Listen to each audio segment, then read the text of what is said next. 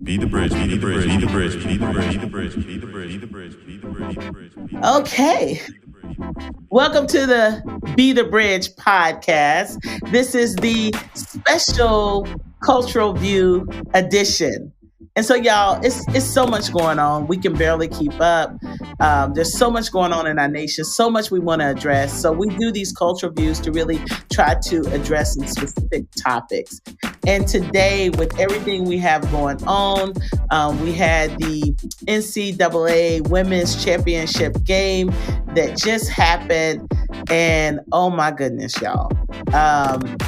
I'm in my feelings, so I'm just going to forewarn you right now that this is going to be raw. And I've been talking about this all day with my friends.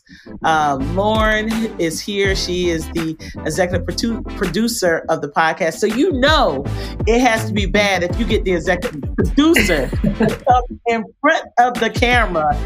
Got some things to say. And I was contacting some of my friends, and they were like, "Listen, I don't want to shut your podcast down, so I can't talk, But my friend Delisha Peterson is here, and Delisha was an athlete in college. She played volleyball at FAMU, right? Yep, FAMU. Yes. Yeah, so she knows all the things, and plus she's around a lot of athletes and all the things, even currently now. One of her best friends is a coach, a volleyball coach, a national coach, and kind of like a recruiter. But I just wanted to bring my friends on, and we're going to take our conversation from our private cell phones onto the podcast. And so hold on tight. We have a lot of things to say. And so what I would beckon you to do as you are listening is just to listen. And I want you to try to locate, as my friend said the other, Tracy said the other way, kind of try to locate, what we are feeling and why we are feeling and why this is so triggering. And I'm just going to start off, I've been following the tournament the entire time. So I've been following all the games, even before it got down to the 16.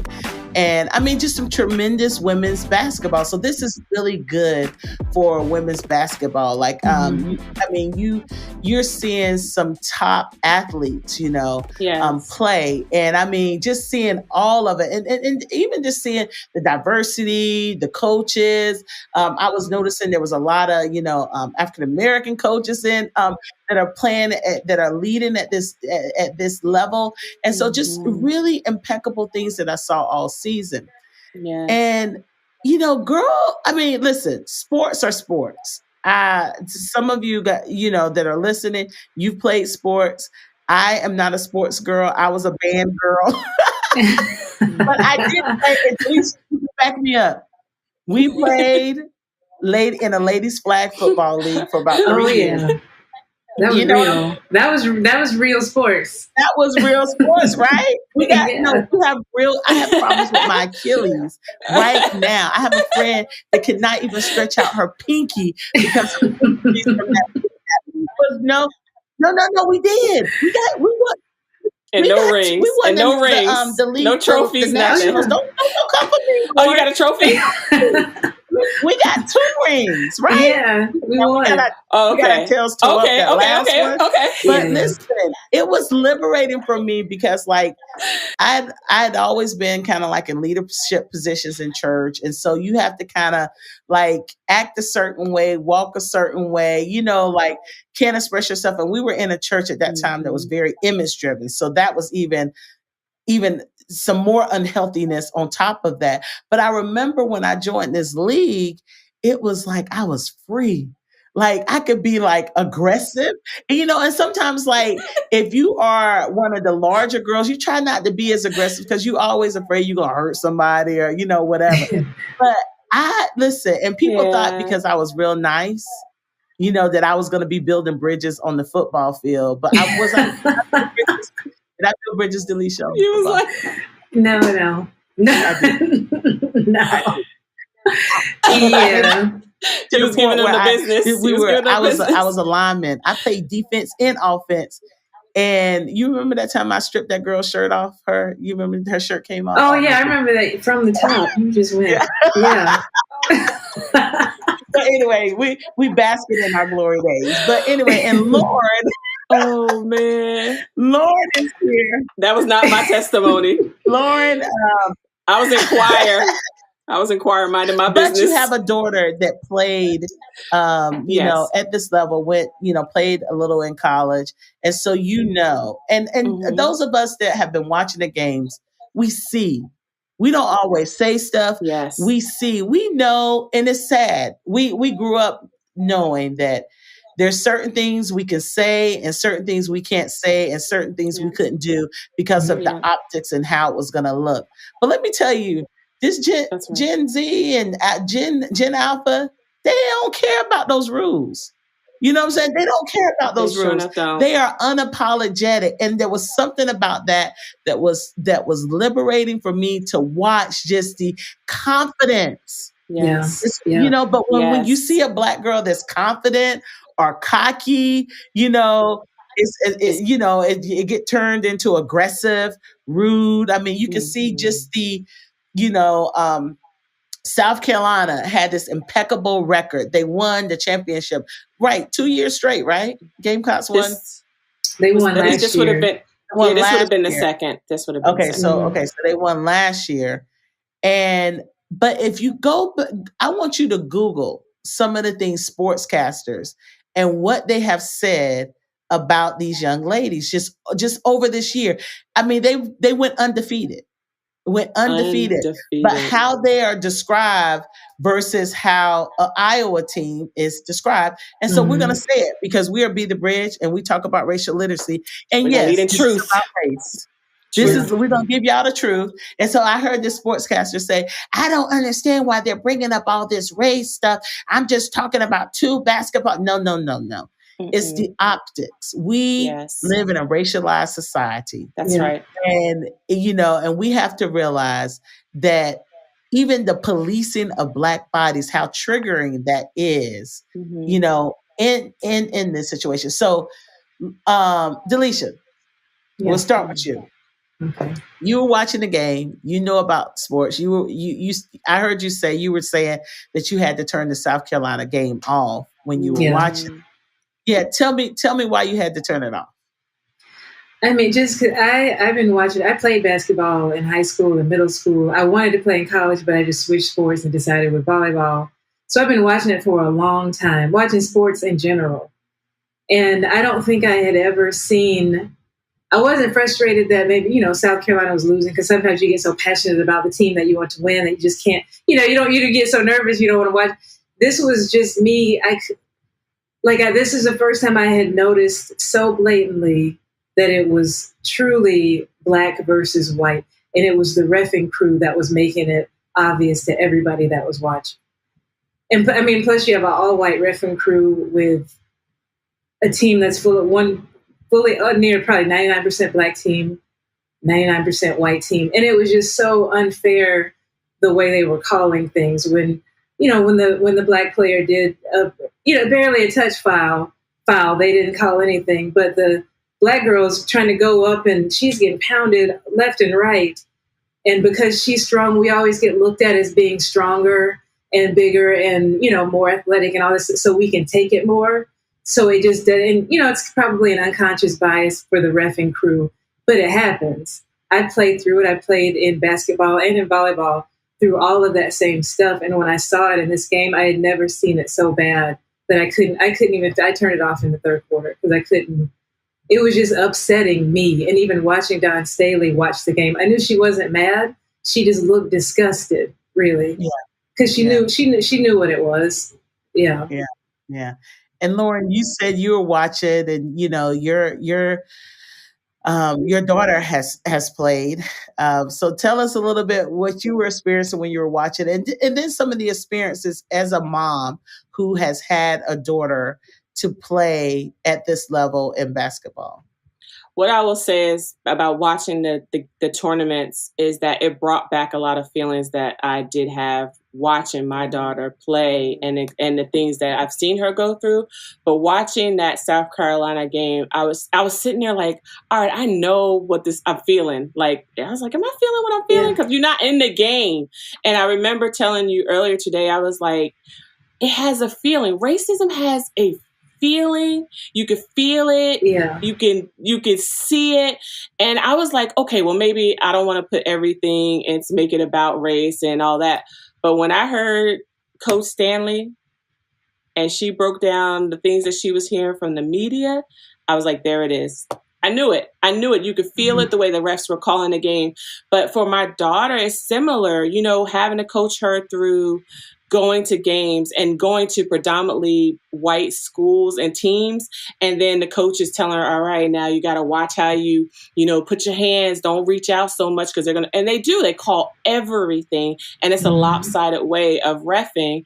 And so you hear that often. And then having to prepare her or watch her teammates prepare and say, oh, they're going to think, or to hear the other team saying, oh, you got to guard her a little bit more aggressively because she is Black.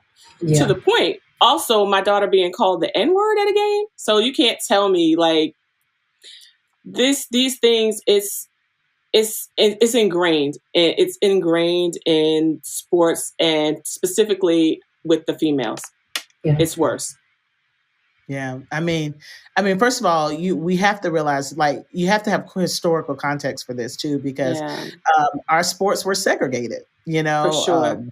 All of it, basketball, football, baseball, all of that was segregated. And so you can't mistake the historical fact. But then also when I was looking at this, the game, I had to turn it off because it was just like, it was making, and we see it, we know how to recognize it. We know it, like we can put a pin in it, but sometimes it's hard to articulate, and we don't talk about, we don't jump online and say all these things at that time. But when Coach Stanley was talking, it was like, I know exactly what you're saying. You're not naming names. You're not saying it. But I know exactly what you're saying, because even when you listen to the sports radio, if they're talking about the way they talk about different players and different things, it's like people do not check their biases at the door, whether it's unconscious or conscious. You do not check. A teacher does not check their biases at the door. Politicians don't check their biases at the door. Nobody. Sure. You're bringing your full self into whatever you're doing, and you're seeing through those lens and those optics. And we've lived it long enough to know it when we see it. And then we have Iowa. Come on, let's talk about it, y'all. Woo, Iowa, baby, versus LSU. Now, I was excited about this game because I was like, I love this Bayou Barbie. Like, yes, indeed. Yes, indeed. And what I loved about watching some of the games is because first you had people talking about, the gender of these young ladies, like over the years, talking about their masculine, all these things. And so you see these young ladies really trying to step it up, and not really, some of them, don't want to be called out in that way. Right. And so they try to go overboard. So you have the eyebrows on fleek, the lashes on fleek, everything. The nails, trying to look feminine also, while they're playing this sport that a lot of people have talked about how they look, especially the Black girls. They do. And so, when I saw this Bayou Barbie, I was like, oh my goodness, I love the name. First of all, like everybody, we all got friends from New Orleans, and we love the N.O., but I was just excited, and I loved her. I loved her, like her cockiness. And sometimes you can say, okay, hold it back. You gotta be, you gotta have some humility and all these different things. But sports is different, you guys. Like, some of that confidence is what drives her. Now, what were y'all thinking? You're watching the game. And this is not, this conversation is not about Caitlin Clark. So I feel like Caitlin Clark is a excellent player. Like I like her as a player. She hustles. I like but she's not a clean player like that either. You know No. what I'm saying? And there Right. was a lot of things that she wasn't getting called on. And she talked smack, just like the girl from Kentucky was talking smack. Some of all of them talking smack. If we had mics down there, even actually Caitlin's her nickname is Clapback. That's what they That call her on part. her team. That part. It's And that's a Clapback. positive. That's a positive. Make And and we they know proud of what it. Clapback is. You know what I'm saying? But that's a part of the game. This is the culture of the game. So let the girls play. Like this, you get into like sexism when you like you think Yeah. men can do that. Like, what you got? What you got? You ain't got nothing. Like that's a part of the Yeah. nature of the game. And so this is not to take anything away from her, but there is something about like also there is something about like even her coach saying that playing South Carolina was like being in a bar brawl, Yeah. like that. First of all, that's a dog whistle because that you That basically part. saying that they're done. And so let's call Yes. it out. Don't say it no more. If you know her and you hear this, tell her not to say it no more. Don't get mad. Just tell her don't say it no more because that's how it's interpreted. Right. Okay. And Yes. so you don't say that. Your girls is just as scrappy as anybody That's else. right. That's right. And so you watching the game, what were you thinking? What were you feeling? And you could tell it was personal. It was Oh personal. yeah. Those girls came to win. Both Yeah. of them won. Yeah. I think LSU just didn't appreciate the way that I really do feel like it was kind of like everybody saw that, at least most of the Black people I know saw that as like eventually that just became a battle of black and white. And Yeah. LSU took that personally. And so Yeah. they went into that game saying, you know what? If she can do this, we're going to do it right back at her. If she can't take it, she can't take it, but we're going to go in. So I feel like everybody even watching had that same energy going into it. Like, let's go, let's show them what you can do. And and if you want to trash talk, do it. But she's got to be able to take it if she's going to give it out. So I feel like we all kind of went into, because I'm not even like an LSU fan, but I was that day. And I was cheering hard for him. Like that was like it. Right. I am now for real. I was cheering for him. You see, I'm a fan of players. I like certain players. And so I've been watching her, and because she was the Bayou Barbie, I was like, oh, I like her. She is very good. Yeah. That's how I am with LeBron. Like, I don't matter which team LeBron is on. I'm gonna LeBron. Me too. You know what I'm saying? Whatever team it is. I wasn't a Lakers fan, but now I'm a Lakers fan because LeBron. Now, see, that's where we're going too far. We don't need bandwagon people on our team. But I guarantee I don't care who went to the Cowboys. I would never be a Cowboys fan. But I digress. Wow, we're going there. I digress. So. Yes, I'm a Cowboy fan. This is how we do. This is how we do. We gonna be petty. We're gonna be a lot of petty. That's how we do. And this is the thing. You got to be able to dish it. That's right. You dish it, you got to be able to take it. Right. That's right. And I mean, and because people are going to come hard. So they did. Those girls watched that game and they felt like South Carolina, who came in there was undefeated. That's right. Which is incredible. And those girls are superstars on the court and off the court. And okay. Off. Yeah. And so, but just I want you to go and listen to how some of these sports commentators have talked about them over this season. Yeah. And what they are labeled as. And this goes back historically when you start talking about policing the Black body, especially the Black woman. Mm-hmm. And that's what we're talking about. And so you have the hand gesture that was done in the game. She was talking because the girl, now Caitlin was playing South Carolina and was like, she threw her hand up at the girl because she didn't want, she was like, I ain't guarding, I ain't guarding you, or either like, what you talking about? You down 15 points. I mean, that's like, but that's a part of the game. Okay. And those are things that we're saying. I mean, if you would hear what some of these girls say is said on the court, they be calling each other, curse words. I ain't gonna say them. They call each other curse words. I was on the court with them. Yeah. I was gonna say, I heard my daughter say a couple of things. I was like, what? She running by and I was like, what you say? Yeah, that's psychological because they want to get in your head too. They want to get in your head, and it's psychological, especially when there's a turn and, in the game and the momentum, they want to get in your head. But so she did the hand gesture and she pointed to her finger. And so, she was, Keith Oberlin, called her. Everybody, do you have that up with? Yes. I'm saying his name because I want to say his name because he said their name, and I'm going to say his name. And he called them idiots. So that's the part where it's let's be clear. Let's clear. He said, say it what he said. I won't. We don't have no bleeper, but he said the word that starts with an F. Idiots. Yeah. Yes. That's what he said. And so just the disrespect in a male saying that, number one.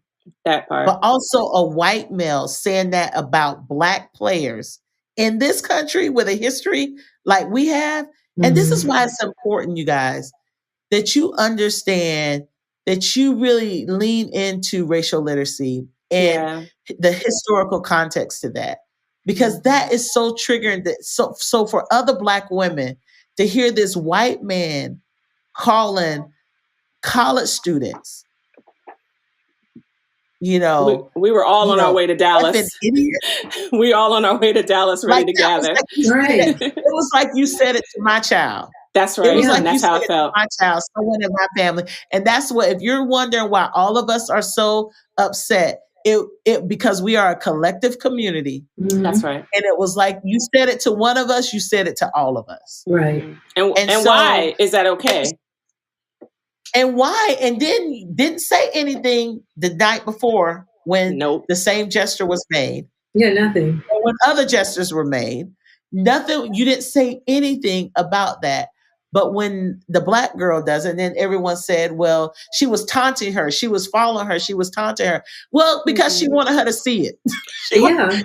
Her exact words was, I needed her to know. You heard me. And she was getting in her head. You heard me. And I want to make sure you know that you disrespected my girls the other night. And I'm here to show you that you ain't gonna disrespect me. You know what I'm saying? That's a part of the game. So you can say, you can call it unsportsmanlike. It's not like she hit her. It's not like she threw the ball at her. But the only person somebody got a tech in the game and it won't she did. The person that got it, since we lead at Be the Bridge in Truth, that was Caitlin that got through the ball.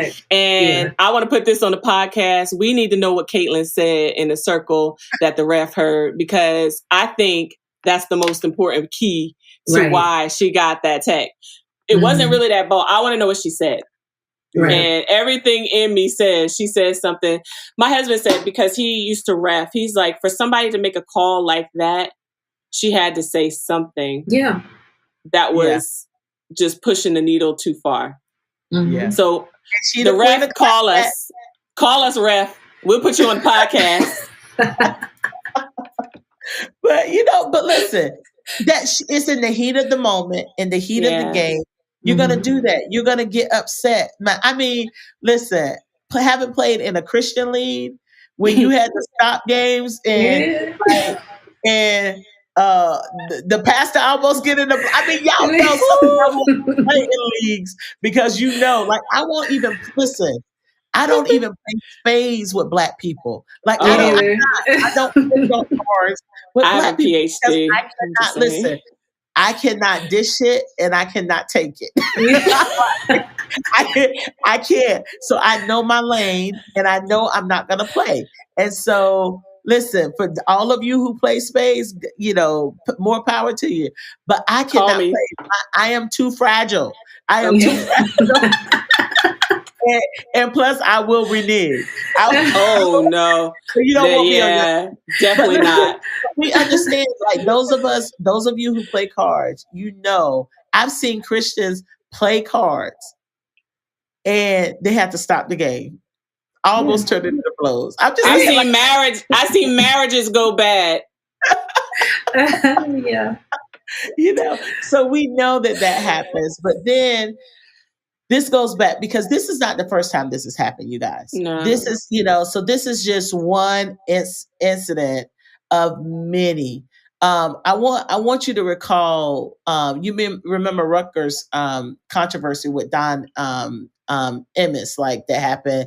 I think it was in 2018, 2017. It happened a while ago, but before he retired, he regretted it, what he said. And so he died in 2019. So he died in 2019. But I'm trying to bring up all the past, but history has receipts. History has receipts. History has receipts. That's unfortunate. That's what we got to try to live right. We got to try to live right. But the Rutgers players did. And I want you to think about all that you go through as a young adult. You're in college, the pressures of life. You don't know what family life is like. You don't know what people are going through personally. Mm-hmm. You have no idea. And so the weight of the world is watching you. 9.9 million people watch this game. The weight of the world is on top of you. And, and this controversy with Rutgers that happened, and the reason why I'm bringing this up, because it matters. Mm-hmm. And he called the women's basketball players, he called them nappy-headed hoes. And first of all, to call any Black woman's hair nappy. Mm-hmm. As a white person, that's like almost grounds for fighting. Like those are fighting words. And you're fully aware. Playground, and you're fully aware of what you're saying. So this is, how oftentimes people are like, oh, I don't know, or I never knew. You know, exactly at that moment, I am identifying. You are fully aware. For you to use a word like nappy. And nappy-headed, and then called them hoes. First of all, they're playing basketball. You don't know anything about their life. And to call them hoes, like, first of all, that is such a racist, like, arrogant, supremacist, like, comment to make about players. And you remember the whole thing about that when that happened. Like, it was just messed up. But when you even hear it repeated back that he actually called them that, people say, well, that's his style, his craft. But he had never done that. He doesn't do that to white players. So all this stuff is saying, when have you heard what's his name? I don't forget his name. Overman. Yeah. Call a white player a effing idiot? Never. No. Never. So why are we so bold that you could do it with the Black women? Yeah. And that's the thing. It's like, and so one of the things that, and we can go on and on because we're talking about women's sports, but even if we talk about men's basketball, football, there is a double standard. There is a double standard, and it's very clear. And most Black people, I'm going to say most, not all, but most Black people who have played, they understand this double standard that is. And that's why you're hearing so many people talk about it, because they understand it.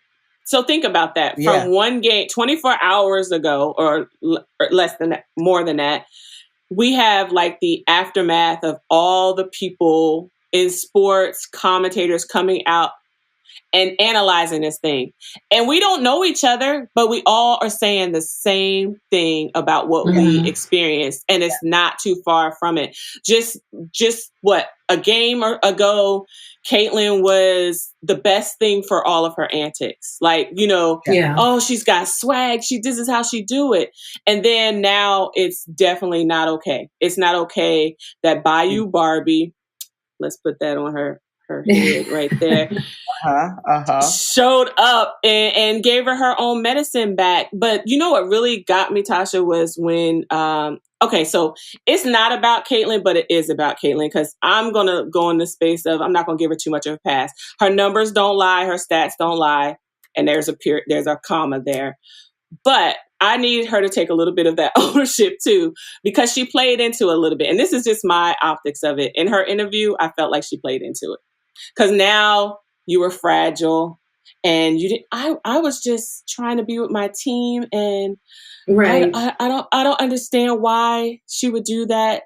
Like, come girl. Right. What happened to this? Oh, now Like we she's the blind innocent and one. we can't see. Like you innocent now because you got the hand in the ring. Like I can't give her 100 on that. And the other reason why I can't is because there was a NBA player, a WNBA player, that said she went to the game. I can't remember who it was, but she went to the game. She was like, look, I'm an Iowa fan. Like Caitlin, she's got it going on with her stats and everything. And she said, I was okay until I wasn't okay when I went to the game and I heard the Iowa fans and all the things that they were saying. Yeah. She said the amount of racist things that were said in just that stadium, she was just floored. And she said it was in that moment where everything changed for her. Yeah. And that's, yeah. So I don't know if I can give credit of the unknown in this. And again, I want the ref to call us and let us know what she said. Right. I know I was thinking the same thing. She said something, because that was, that's normally a tech is not so much the actions, it's what they heard and what you said directly to them. Yeah. And you didn't think the ref heard you, and she heard you. Yeah. Call us. So, Angel, I mean, one of the things that this is exposed is, like, first of all, we're seeing gender bias here. So, you know, there's a different standard for male players and female players. But then also just racial bias, you know. And so this, for those of you listening, you're saying, no, this is an all Black team, you know. Yes, the coach is white. And I think this is the thing when I'm like, oh my God, like, I'm also concerned, like, who does she have around here that's going to help her? Because she's a strong little girl, young woman. Sorry, she's a strong young woman. But we know, being older, we know how white supremacy is. We know how it works and how cruel it can be and how it will beat you down, shut the doors, lock the doors. You know what I'm saying? We know the impact of that. We've seen it. And so a lot of it is like this protection of her also, because she's young and she's experienced some things, but she ain't experienced a lot like that, you know? And so you almost like, I'm like, okay, you know, she has this coach. So is this coach, or are there people on the team that are not telling her to be quiet, but supporting her, helping her, you know, pouring wisdom into her, you know, I'm sure her parents are, and other parents on the team are going to do that. But it's just like, you almost like, that would be one of the things, I think, if my child was a star player and trying to get and recruited by all these teams, I would really have to understand if that coach understands or have leaned into the conversation of what it means to be a Black woman in America. Right. That has to be a part of the conversation. Right. Or a Black man in America. And not just about the talent, not just because you can run the football, throw the football, or do a layup, or, you know, hit a three.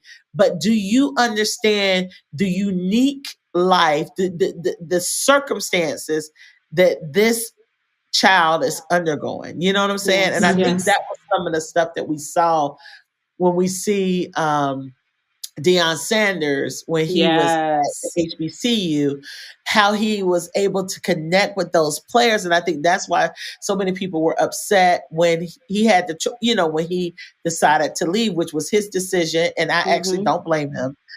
Me either. But we knew he understood. You know what I'm saying? And so I think about that with Don Stanley. And I'm not to say that the Baylor coach, she's been coaching for a long time. She's been around players. But also, I do understand that proximity doesn't mean that you are racial literate either. That's right. Yeah. You That's know, right.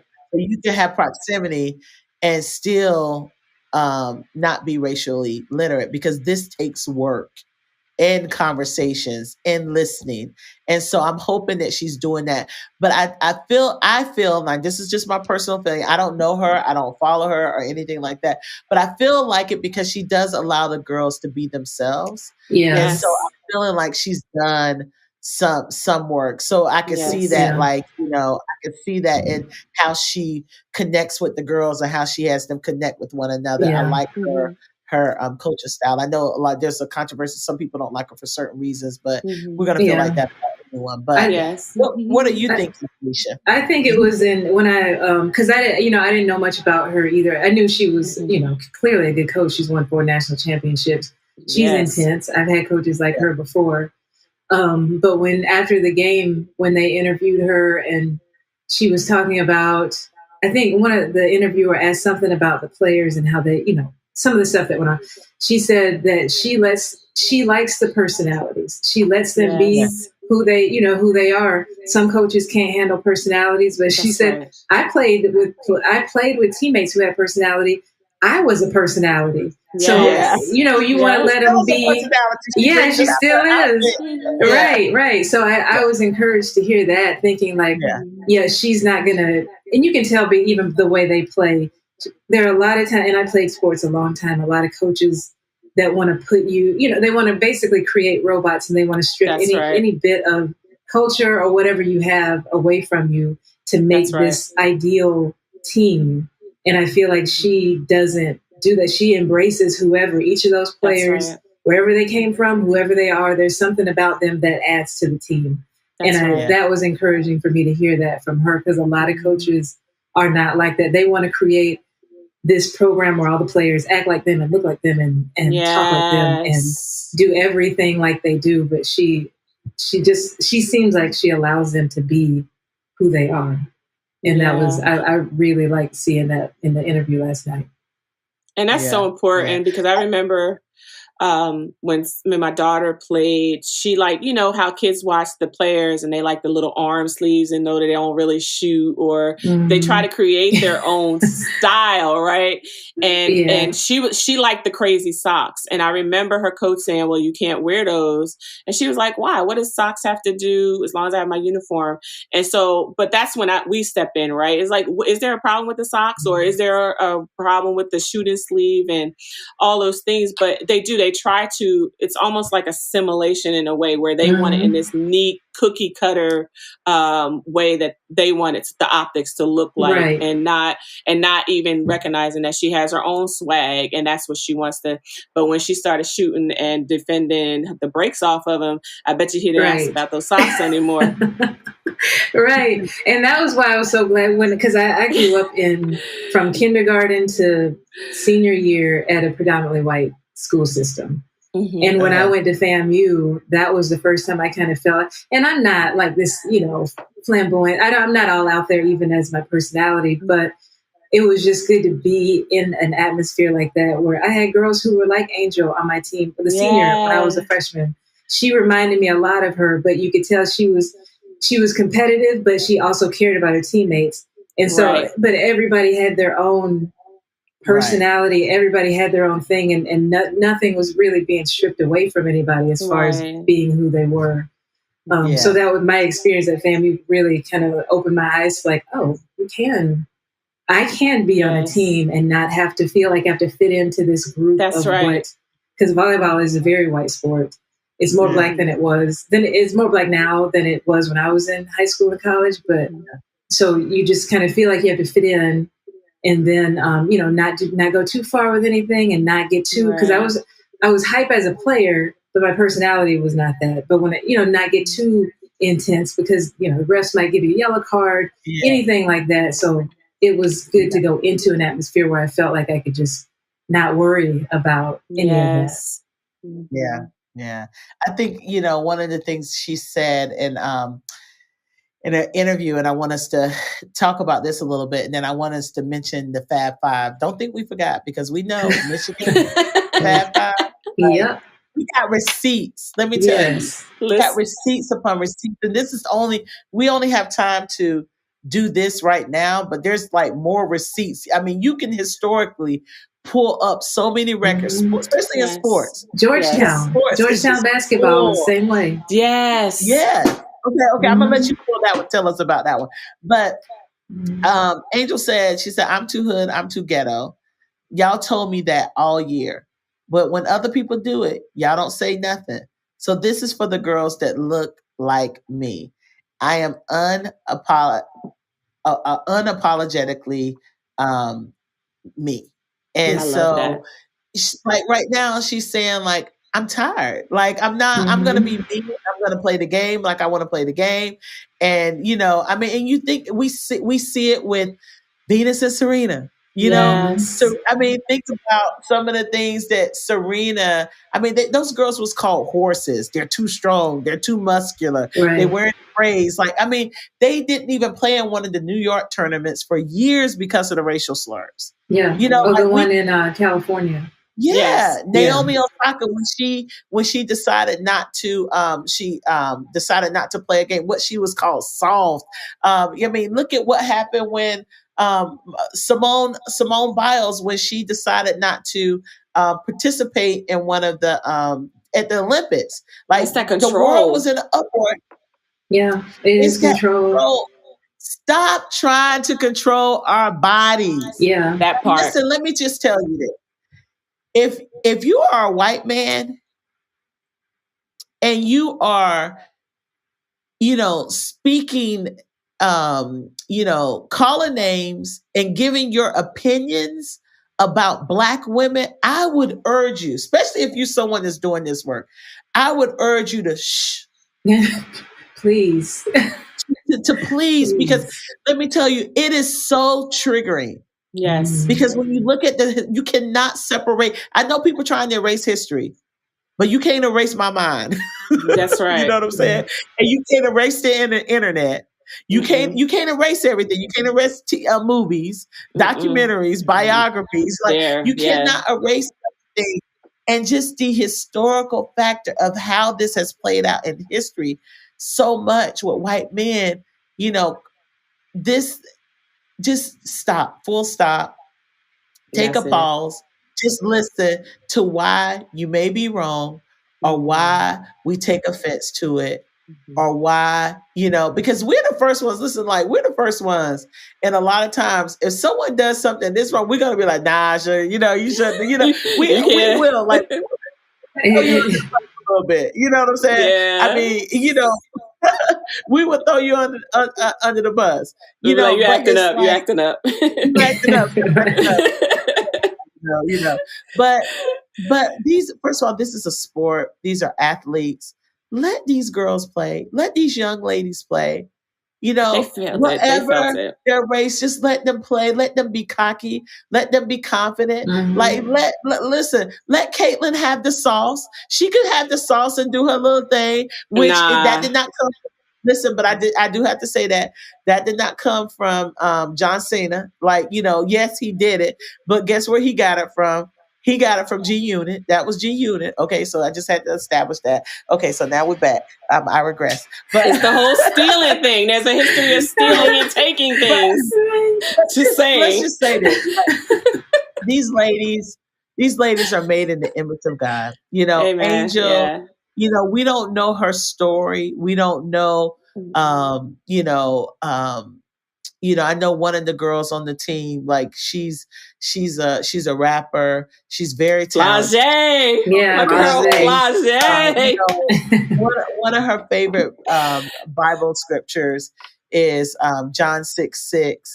And we're gonna pull that up. We'll read it at the end. But this is just historical, and that's why I'm saying you can't separate the historical context and why we go back to how some things have been said historically.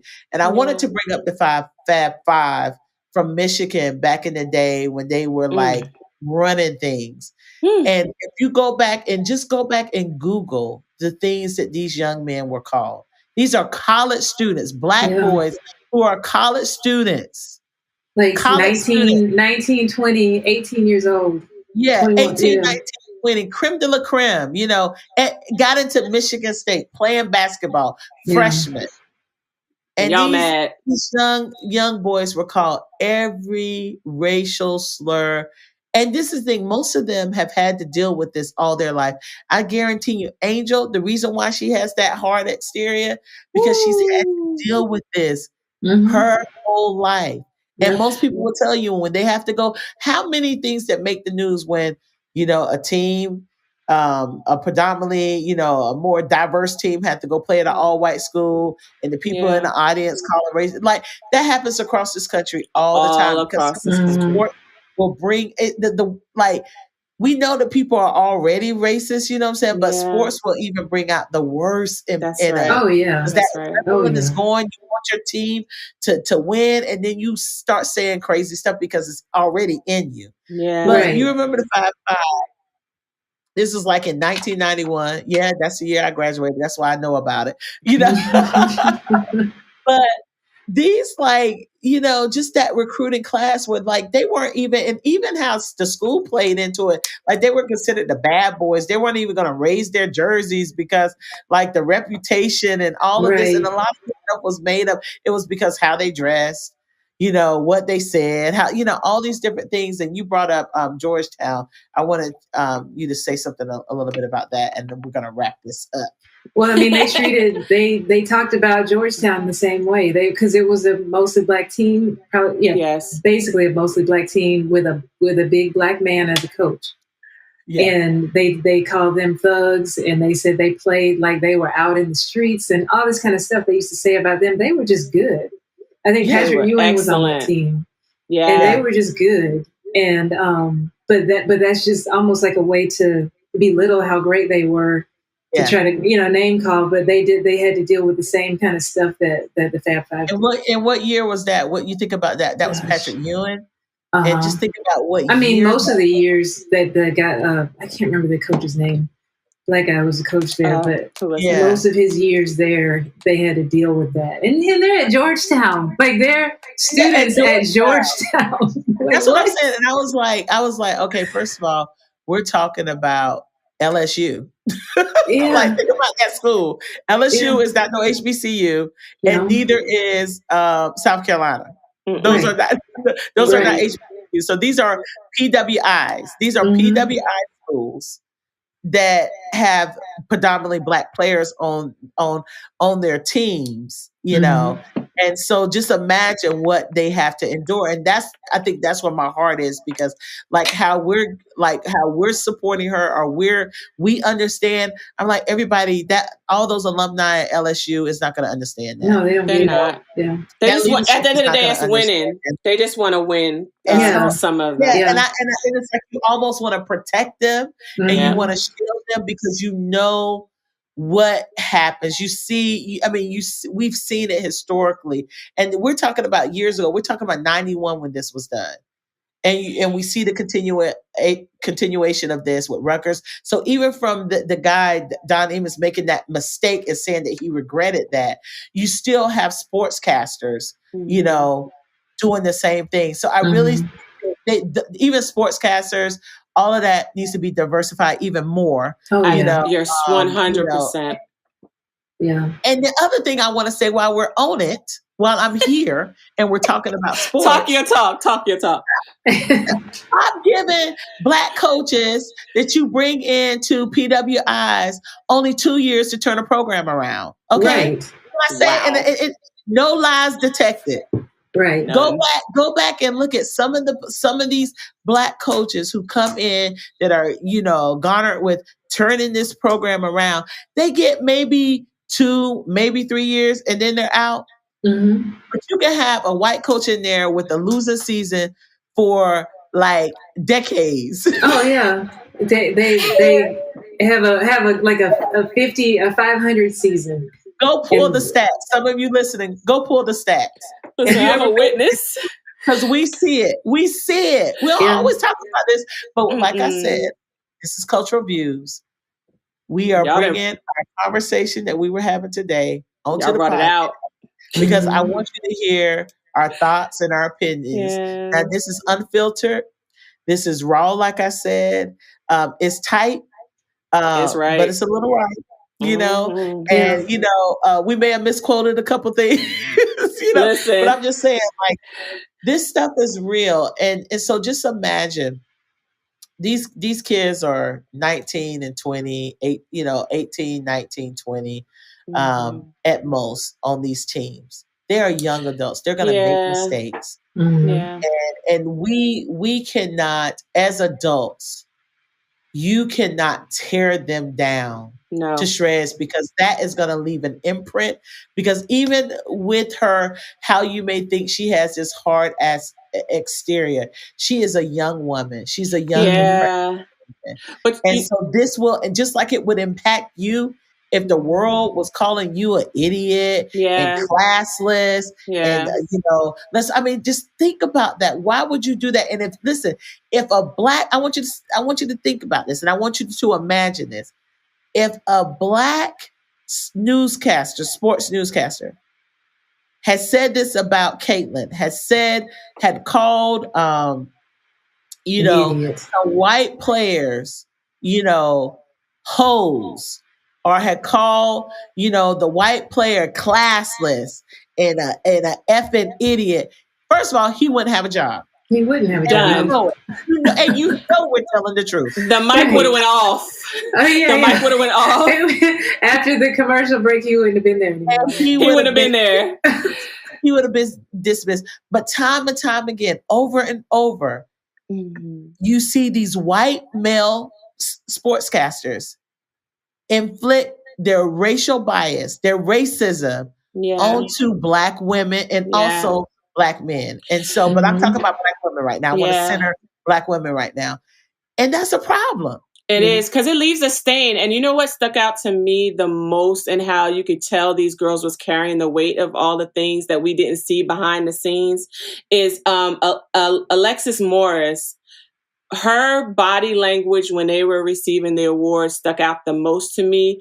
And it was like she collected herself, but her face. And I remember when my daughter, shout out to Lenape High School when they won the championship. I'm just saying. Run, y'all won't never have another one because they're gone, and it'll be a lot of years before they win another championship. But I remember what her face looked like, my daughter's face, carrying the weight of all that. And Alexis Morris, when she paused and said, "Listen, all I have to say is put some respect on my name." And then she paused again and said, "And put some respect on my coach's name." Then she came back and she said, "Put some respect on my name," and walked off the stage. Her face, it was like she felt that to her core. And she's the one that said it's personal. And when I came out here, that's all I was thinking about. What they did to South Carolina, it was personal. And that's what I was playing for, because y'all going to respect them. And then Bayou Barbie said on the mic, sitting next to her coach and the commentators, the diverse group of women commentators, she said, "Listen, that we love them. We love South Carolina, and we're going to represent, and we're going to hold this for them." So they knew all the elements, so they carry that through their lives. It's not just through sports. They're going to carry that now, and all the energy that's behind it now. They're still processing that. So like you said, Tasha, let's hope that they have a community around them that's caring for them too, because we can have some light things and the social media is supporting them, but in life, they need people who are going to walk with them through and process all this stuff. Yeah. And I would say to the black men, the sportscasters and them, stick up for them. That's defend them. Put people in their place. Cut the mics off. Really, and this is the thing. And Be the Bridge, we want to help people understand what we're talking about when we start talking about the racial literacy and the historical context. It matters. And then when you begin to start doing this work and you start checking your biases, and you'll catch yourself, or you once you see, you can't unsee. And so that's why you need to sign up for this foundations class that we have. You need to sign up for this class. When we roll out our academy, our online academy, you need to sign up for that online academy. you need to get in the Be the Bridge group so you can hear these stories. But when you're just talking to the choir or just in in these like homogenous groups, like, and you don't have any other experiences.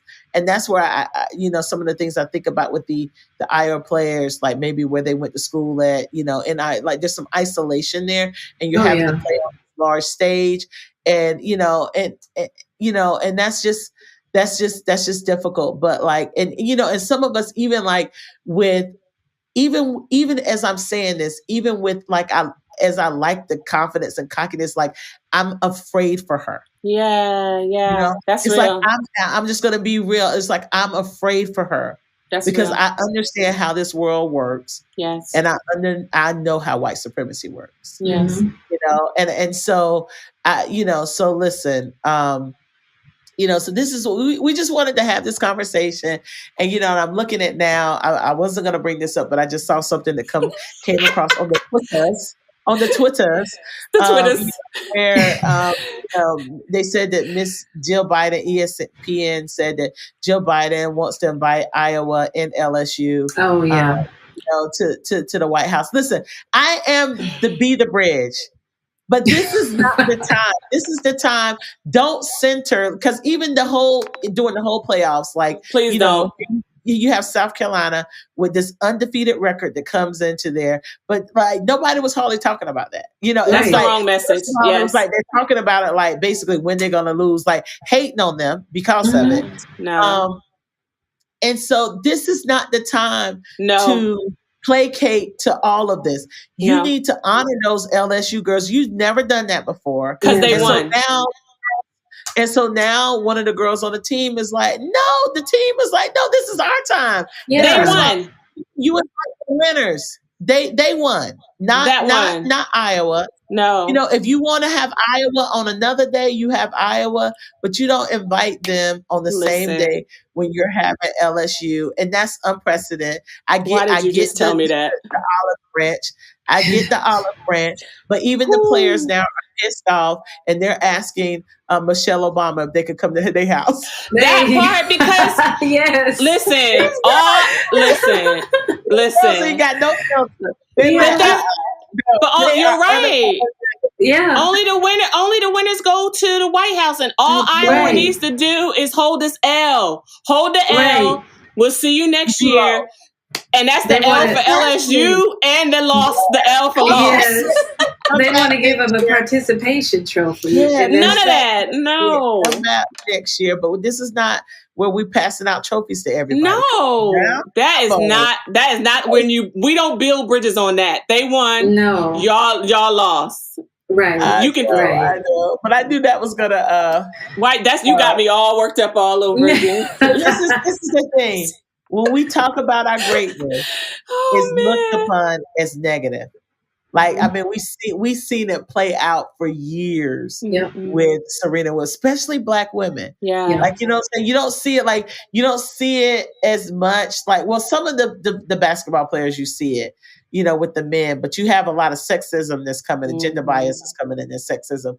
But like, this girl is just confident, and she's talking about her greatness. And whether you agree or disagree, we just wanted to bring you in on the Black girl conversation, because all of us are having these conversations. You're going to hear a whole bunch of podcasts breaking this down over the next few weeks. We in our feelings, and we pissed off because a white man called some a black young lady, a young woman, a effing idiot, and we're pissed. Yes, we're mad. Yes, we are. And in the words of someone I like, Chad Ochocinco, all Iowa need to do is kiss the baby. Kiss the baby. Rock that L. Just rock it. Just rock it to sleep real quick. It's okay. And just realize that they talk trash. These are some incredible athletes that we got to see over the last couple of weeks. Some amazing players, regardless of their race, on these teams. These girls work hard, and they still have to produce in the classroom. They have to travel. They have and they've been doing this. They've been shooting and playing basketball since they were little. So they're all hard workers. And so, we're grateful that this is putting women's basketball, in the forefront. But like, there's so much gender bias in this, even when it comes down to the professionals and to pay and all these different things. So I'm glad they got the NIL. Give these women their creds, their green, their endorsements, all of that stuff. Angel said in her interview today, the price just went up. I know, right? Today's prices are not yesterday. No, what is it? Today's prices are not yesterday's prices. So thank you so much for listening to the Be the Bridge podcast, Cultural Views. Thank you, Delisha and Lauren, for joining me in this conversation today. I know we're going to make a few people upset, but hey, if you're brave enough, just lean into the conversation. Just look at some of the stats and look up some of the things that we've said, and then ask some. If you know any. Have any African American athletes in your life? Several of them, not just one. But ask a few what they had to do, or some other parents that have their kids in sports, and then some of you who have who are doing the work, and maybe you've adopted, and you see what it's like when your kids playing sports. I know some of you, because some of you have told me about. This is where a lot of your awareness comes from, of comments that are made, things that are said, to your kids while they were playing sports. So just do the work, make sure we support women athletics, and let's cheer them all on, and leave the Bayou Barbie alone. Okay. Be the bridge, be the bridge, be the bridge, be the bridge, be the bridge, be the bridge, be the bridge, be the bridge, be the bridge, be the bridge, be the bridge.